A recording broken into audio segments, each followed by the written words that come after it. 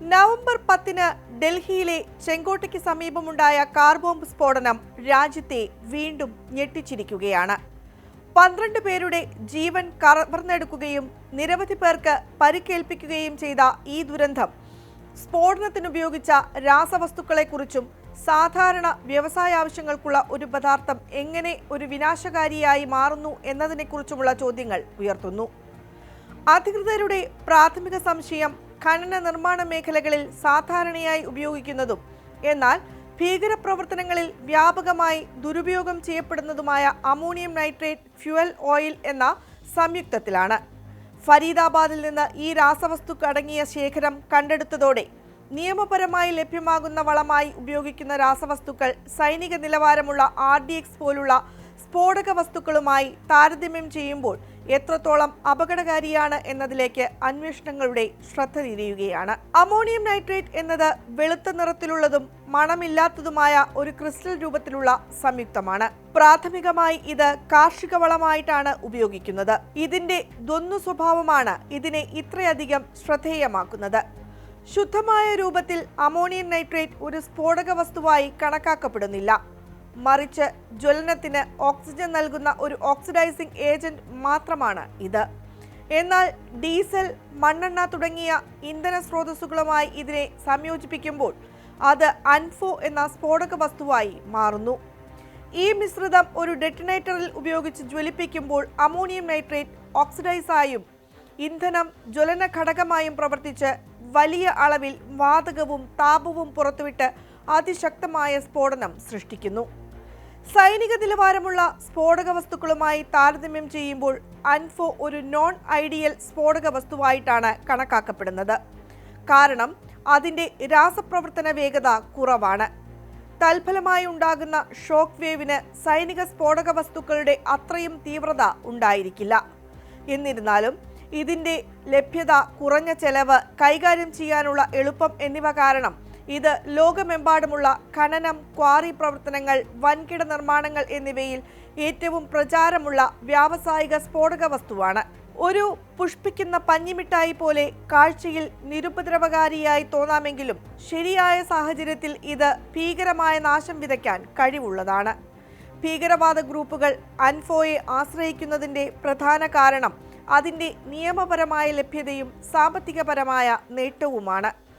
എളുപ്പത്തിലുള്ള ലഭ്യത ammonium nitrate കാർഷിക വിപണികളിൽ സുലഭമാണ്. വളമായി വിൽക്കപ്പെടുന്നതിനാൽ ഇതിൻ്റെ ഗതാഗതമോ സംഭരണമോ സാധാരണയായി സംശയം ജനിപ്പിക്കാറില്ല. ചെലവ് കുറവ്. സൈനിക നിലവാരമുള്ള സ്ഫോടക വസ്തുക്കൾക്ക് വൻ വിലയും കർശനമായ നിയന്ത്രണങ്ങളുമുണ്ട്. എന്നാൽ അൻഫോയുടെ ഘടകങ്ങൾ താരതമ്യേന വളരെ കുറഞ്ഞ ചെലവിൽ ലഭിക്കും. സംശയം ഒഴിവാക്കാം. പെട്രോൾ, ഡീസൽ തുടങ്ങിയ ഇന്ധനങ്ങളും അമോണിയം നൈട്രേറ്റും നിത്യോപയോഗ സാധനങ്ങളായതിനാൽ ഇവ വലിയ അളവിൽ ശേഖരിക്കുന്നത് സുരക്ഷാ ഏജൻസികളുടെ ശ്രദ്ധയിൽപ്പെടാൻ സാധ്യത കുറവാണ്. ദേശീയ സുരക്ഷയും സാമ്പത്തിക ആവശ്യകതയും തമ്മിലുള്ള സന്തുലിതാവസ്ഥ കണ്ടെത്തുക എന്ന ഈ ദൃശ്യ ഉപയോഗ പദാർത്ഥത്തിന്റെ കാര്യത്തിൽ ലോകമെമ്പാടുമുള്ള സുരക്ഷാ ഏജൻസികൾക്ക് ഒരു നിരന്തര വെല്ലുവിളിയായി തുടരുന്നു. ഇന്ത്യക്ക് അമോണിയം നൈട്രേറ്റ് ഉപയോഗിച്ചുള്ള ബോംബാക്രമണങ്ങളുമായി ദാരുണമായ ഒരു ചരിത്രമുണ്ട്. 2010 പൂനെ ജർമ്മൻ ബേക്കറി സ്ഫോടനം. 18 പേർ കൊല്ലപ്പെട്ട ഈ സ്ഫോടനത്തിൽ RDXും അൻഫോയും ചേർന്ന മിശ്രിതമാണ് ഉപയോഗിച്ചതെന്ന് അന്വേഷണത്തിൽ കണ്ടെത്തി. 2011 മുംബൈ ട്രിപ്പിൾ ബോംബാക്രമണം. ഓപ്പറ ഹൗസ്, സവേരി ബസാർ, ദാദർ എന്നിവിടങ്ങളിൽ നടന്ന ഈ ആക്രമണങ്ങളിലും അമോണിയം നൈട്രേറ്റ് ഉപയോഗിച്ചിരുന്നു. 2006 മുംബൈ ട്രെയിൻ സ്ഫോടനങ്ങൾ. തിരക്കിട്ട സമയത്ത് സബർബൻ ട്രെയിനുകളിൽ നടന്ന 7 ഏകോപിത സ്ഫോടനങ്ങളിൽ 200-ലധികം പേർ കൊല്ലപ്പെട്ടു. സ്ഫോടനത്തിന്റെ ആഘാതം വർദ്ധിപ്പിക്കാൻ പ്രഷർ കുക്കറുകളിൽ അമോണിയം നൈട്രേറ്റും RDXും ചേർത്താണ് ബോംബുകൾ സ്ഥാപിച്ചത്. അന്താരാഷ്ട്ര തലത്തിൽ 1995 ക്ലെഹോമ സിറ്റി ബോംബാക്രമണം. ഇതിൽ 2300 കിലോഗ്രാം അൻഫോ ഉപയോഗിച്ചു. 2011 നോർവേ ഓസ്ലോയിലെ ആക്രമണം. 950 കിലോഗ്രാം വളം ബോംബ് എന്നിവ അൻഫോയുടെ വിനാശകരമായ ശക്തിക്ക് ഉദാഹരണങ്ങളാണ്. 2020 ബെയ്റൂട്ട് തുറമുഖത്തെ അപകടം അമോണിയം നൈട്രേറ്റിന്റെ സംഭരണത്തിലെ അശ്രദ്ധയും എത്രത്തോളം ഭീകരമാകുമെന്ന് തെളിയിക്കുന്നു. വർഷങ്ങളോളം സുരക്ഷിതമല്ലാത്ത സാഹചര്യത്തിൽ സൂക്ഷിച്ച 2750 ടൺ അമോണിയം നൈട്രേറ്റ് പൊട്ടിത്തെറിച്ചത് 200-ലധികം പേരുടെ ജീവനെടുത്തു. എന്താണ് RDX? അൻഫോയും RDXും RDX research department explosive അല്ലെങ്കിൽ റോയൽ ഡെമോളിഷൻ എക്സ്പ്ലോസീവ് എന്നത് സൈനിക ആവശ്യങ്ങൾക്കായി പ്രത്യേകം വികസിപ്പിച്ചെടുത്ത അതിശക്തമായ ഒരു സംയുക്തമാണ്. ഇതിന്റെ രാസനാമം സൈക്ലോ ട്രൈ മെഥിലൈൻ ട്രൈനൈട്രേറ്റ് മൈൻ എന്നാണ്. അമോണിയം നൈട്രേറ്റ് ഫ്യൂൽ ഓയിൽ പ്രധാനമായും കാർഷിക ആവശ്യങ്ങൾ, ഖനനം, നിർമ്മാണം തുടങ്ങിയ വ്യാവസായ മേഖലകളിലാണ് ഉപയോഗിക്കുന്നത്. അതേസമയം RDX റോയൽ ഡെമോളിഷൻ എക്സ്പ്ലോസീവ് സൈനിക ആവശ്യങ്ങൾക്കും പ്രത്യേക പൊളിച്ചുമാറ്റൽ പ്രവർത്തനങ്ങൾക്കുമായി രൂപകൽപ്പന ചെയ്തതാണ്. പ്രകൃതമനുസരിച്ച് അൻഫോ ശുദ്ധരൂപത്തിൽ ഒരു ഓക്സിഡൈസർ മാത്രമാണ്. അത് ഇന്ധനവുമായി ചേരുമ്പോൾ മാത്രമേ സ്ഫോടക വസ്തുവായി മാറുകയുള്ളൂ. എന്നാൽ RDX എന്നത് സ്വതവേ ഉയർന്ന ഊർജമുള്ള ഒരു ദ്വിതീയ സ്ഫോടക വസ്തുവാണ്. സ്ഫോടനത്തിന്റെ വേഗതയുടെ കാര്യത്തിൽ RDX ആണ് മുന്നിൽ. ഇതിന്റെ സ്ഫോടന വേഗത ഏകദേശം 8 km/s ആണ്. അൻഫോയുടെ വേഗതയാകട്ടെ ഏകദേശം 4 to 5 km/s മാത്രമാണ്. അപകട സാധ്യത വിലയിരുത്തുമ്പോൾ അൻഫോയുടെ നാശനഷ്ടം അതുപയോഗിക്കുന്ന മാസിന്റെ അടിസ്ഥാനത്തിലാണ് വർദ്ധിക്കുന്നത്. അതായത് വലിയ അളവിൽ ഇത് ആവശ്യമാണ്. എന്നാൽ RDX ആണെങ്കിൽ ഭാരമനുസരിച്ച് കൂടുതൽ അപകടകരമാണ്. കാരണം കുറഞ്ഞ അളവിൽ പോലും ഇതിന് വലിയ ശക്തി പുറത്തുവിടാൻ സാധിക്കും. ലഭ്യതയുടെ കാര്യത്തിൽ അൻഫോ നിയമപരമായി വിൽക്കുന്ന ഒരു വളമോ വ്യാവസായിക രാസവസ്തുവോ ആയതിനാൽ നിയന്ത്രണങ്ങളോടെയാണെങ്കിലും ഇതിന് താരതമ്യേന എളുപ്പത്തിൽ ലഭ്യതയുണ്ട്. നേരെ മറിച്ച് RDX കർശനമായി നിയന്ത്രിതവും പ്രധാനമായും പ്രതിരോധ നിർമ്മാണത്തിന് മാത്രം ഉപയോഗിക്കുന്നതുമാണ്. ഏതാണ് കൂടുതൽ അപകടകരം? RDXന്റെ സ്ഫോടന വേഗത ഏകദേശം 8 km/s ആണ്. അത് അൻഫോയുടെ വേഗതയേക്കാൾ വളരെ കൂടുതലാണ്. ഈ ഉയർന്ന വേഗത കാരണം RDX കൂടുതൽ ബ്രൈസൻസ് നൽകുന്നു. 1 കിലോഗ്രാം RDXന് 1 കിലോഗ്രാം അൻഫോയേക്കാൾ വളരെ വലിയ നാശനഷ്ടം ഉണ്ടാക്കാൻ സാധിക്കും.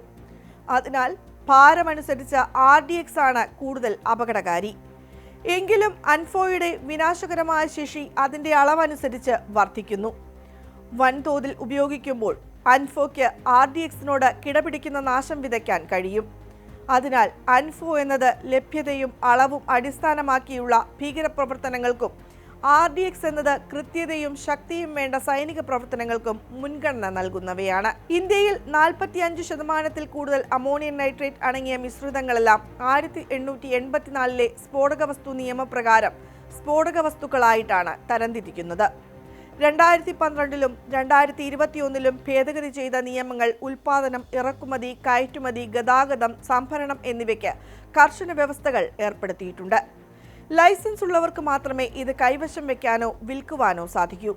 ജനവാസ കേന്ദ്രങ്ങളിൽ സംഭരണം നിരോധിച്ചിരിക്കുന്നു. എങ്കിലും ഈ നിയന്ത്രണങ്ങൾ നടപ്പിലാക്കുക എന്നത് ഒരു വലിയ വെല്ലുവിളിയാണ്. കാർഷിക വ്യാവസായിക മേഖലകൾക്ക് ഈ രാസവസ്തു അത്യാവശ്യമായതിനാൽ പൂർണ്ണമായ നിരോധനം അപ്രായോഗികമാണ്. നിയമപരമായ വിതരണ ശൃംഖലകളിൽ നിന്ന് ഘടകങ്ങൾ തിരിച്ചുവിടാനുള്ള സാധ്യത നിലനിൽക്കുന്നു. ഫരീദാബാദിൽ നിന്ന് കണ്ടെത്തിയ 100 കണക്കിന് കിലോഗ്രാം അമോണിയം നൈട്രേറ്റ് ഇത് വ്യക്തമാക്കുന്നു. ചെറിയ അളവുകൾ പലയിടത്തു നിന്ന് ശേഖരിച്ചാൽ വലിയ ആയുധശേഖരമായി മാറും. RDXന്റെ കാര്യം ഇതിൽ നിന്ന് വ്യത്യസ്തമാണ്. ഇത് പ്രതിരോധ നിർമ്മാണ കേന്ദ്രങ്ങളിൽ മാത്രമാണ് ഉൽപ്പാദിപ്പിക്കുന്നത്.